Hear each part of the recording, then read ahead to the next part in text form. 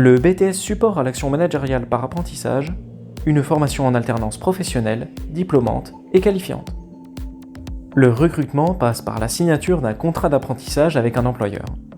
Les profils recherchés sont caractérisés par une capacité de travail certaine en entreprise et au lycée, ainsi qu'une aptitude à convaincre dans le cadre d'un entretien de recrutement, puis à répondre aux exigences du monde du travail. Alors j'ai effectué un bac ES à Chaumont à Haute-Marne. Ensuite, du coup, pour m'intégrer dans un BTS en alternance, je suis venue ici aux Portes Ouvertes de Montchapet. J'ai rencontré Monsieur Deschamps et Monsieur Bonis. Et suite à ça, Monsieur Deschamps nous proposait sur son site BTS SAM une liste d'entreprises où on pouvait postuler. Et j'ai donc postulé à plusieurs et je suis dans la mienne actuellement. Les activités de la formation sont organisées en 3 domaines. 1. L'optimisation des processus administratifs. 2. La gestion de projets et la veille informationnelle. Et enfin, la collaboration à la gestion des ressources humaines.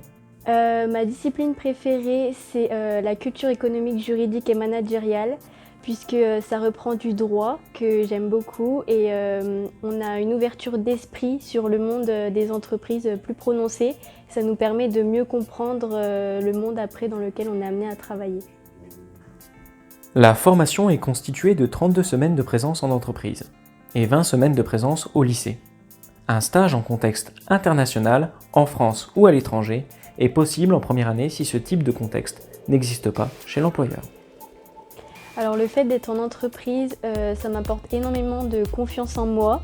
Ça me permet d'être vraiment plongée dans le milieu du travail et comprendre les enjeux.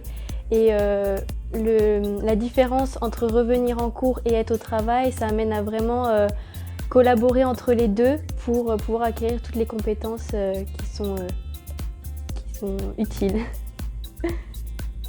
Les apprentis bénéficient des mêmes droits et sont soumis aux mêmes obligations que les autres salariés de l'entreprise qui les emploie.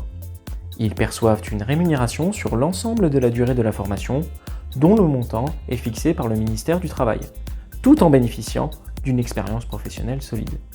Alors j'ai préféré choisir la voie de l'apprentissage pour vraiment être dans le monde du travail, être initié le plus vite possible pour vraiment avoir une idée de ce qui nous attend plus tard. Et le fait de faire moitié l'école et moitié le travail amène vraiment à un mode de vie différent, plus d'organisation, mais vraiment une meilleure qualité de vie, je trouve. Les poursuites d'études se font en licence ou en licence professionnelle, en classe préparatoire post-BTS ou en école de commerce. Le diplôme permet d'accéder à des postes d'office manager, de collaborateur au sein d'une organisation. Après mon BTS, j'aimerais bien continuer soit dans une école de commerce, soit en licence professionnelle dans les domaines de la communication.